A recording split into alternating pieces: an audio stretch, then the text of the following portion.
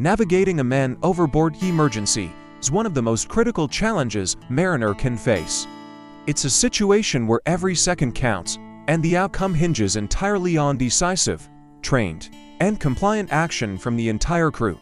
As we've explored throughout this series, successfully recovering a person from the water isn't a matter of luck. It's the result of rigorous preparation, unwavering teamwork, and a deep understanding of established procedures. The survival rate in these high-stakes scenarios is directly linked to the crew's ability to execute standard maneuvers flawlessly, but it goes much deeper than that.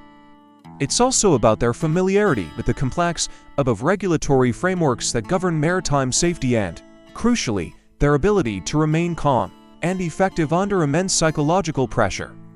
Think about it. The moment the alarm sounds, a chain of events is set in motion. The bridge team must immediately initiate a turn, the lookout must maintain visual contact, and the rescue boat crew must prepare for launch. Each of these actions is a critical link in the chain of survival. If one link is weak, the entire operation is compromised. This is why the principles we've discussed are not just best practices, they are lifelines. The Williamson turn, the Anderson turn, the Charnot turn, these aren't just abstract diagrams in a textbook. They are proven tactical responses, each designed for specific conditions of wind, sea, and visibility. The choice of which maneuver to use must be almost instinctual, a decision made in a split second based on a thorough assessment of the situation. This level of instinct doesn't come from reading a manual once.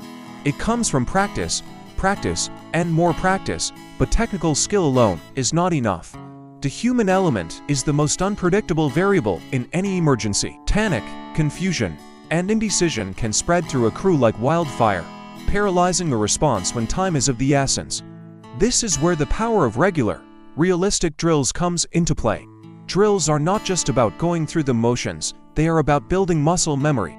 They forge neural pathways that allow crew members to act correctly and automatically, even when their minds are racing and adrenaline is coursing through their veins. When you simulate a man overboard scenario time and time again, you are not just practicing a procedure, you are stress testing your team. You are identifying weaknesses in communication, equipment, and individual performance in a controlled environment where mistakes are learning opportunities, not tragedies. These drills must be as realistic as possible, using dummies, activating all necessary equipment, and timing the entire evolution from the initial alert to the final recovery. This is how a crew moves from simply knowing what to do to being truly capable of doing it when it matters most.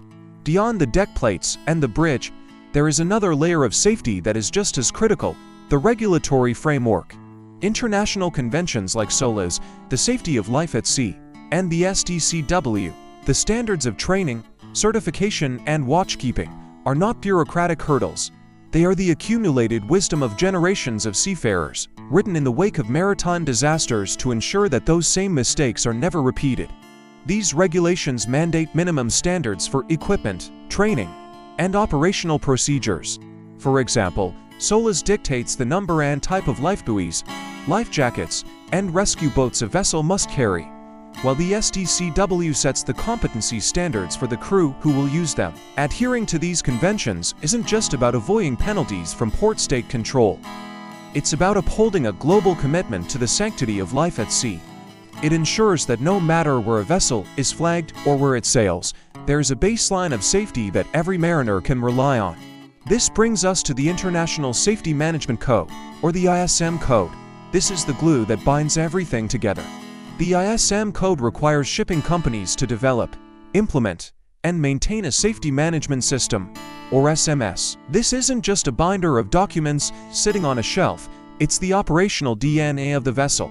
The SMS translates the high-level requirements of SOLAS and other conventions into practical, ship-specific procedures for every conceivable emergency, including a man overboard.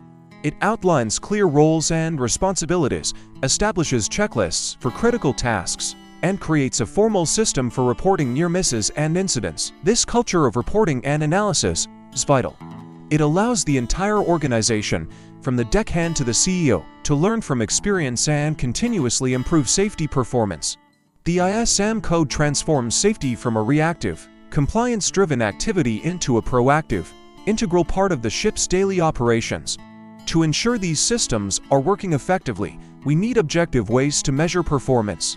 This is where assessment rubrics and checklists become invaluable tools. During drills and even during real emergencies, using a structured rubric allows a shift test master or a safety officer to evaluate the crew's performance against a set of clear, predefined criteria.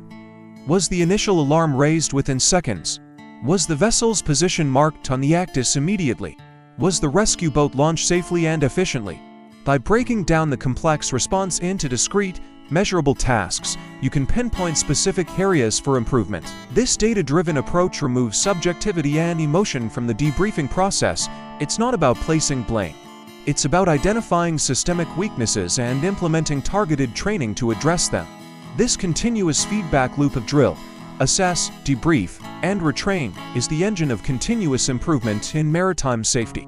So, when we look at the big picture, what do we see? We see that a successful man overboard recovery is not a single act, but the culmination of a deeply integrated system. It's a symphony of seamanship, safety management, and regulatory compliance. Seamanship provides the hands-on skill to maneuver the vessel and operate the rescue equipment. The safety management system provides the procedural framework that guides those actions and ensures they are coordinated and effective. And regulatory compliance provides the foundational standards and equipment that make the entire response possible. When these three pillars are strong and interconnected, they create something incredibly powerful: a resilient maritime safety culture. This culture is the ultimate goal. It's a state where safety is not just a priority, but a core value shared by every single person on board. It's an environment where speaking up about a safety concern is encouraged, where training is taken seriously, and where everyone feels a personal responsibility for the well-being of their shipmates. It's a culture that recognizes that the sea is unforgiving and that complacency is the greatest danger of all. Building this culture takes time, commitment, and leadership from the very top of an organization, but it is the single most important investment a shipping company can make. It's an investment that pays dividends not in dollars and cents, but in lives saved. In the end, the response to a man overboard emergency is a true test of a crew's professionalism.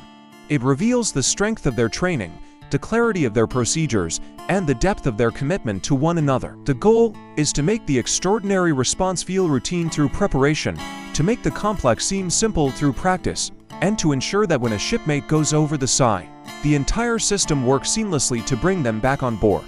Because at the end of the day, on the vast and often lonely expanse of the ocean, the crew is all they have. Their lives are in each other's hands. Thank you so much for joining me on this deep dive into man overboard procedures. I hope this series has been informative and has given you a new appreciation for the skill and dedication of the world as seafarers. If you found this content valuable, please consider liking this video and subscribing to the channel for more content on maritime operations and safety. Stay safe out there, and thanks for watching.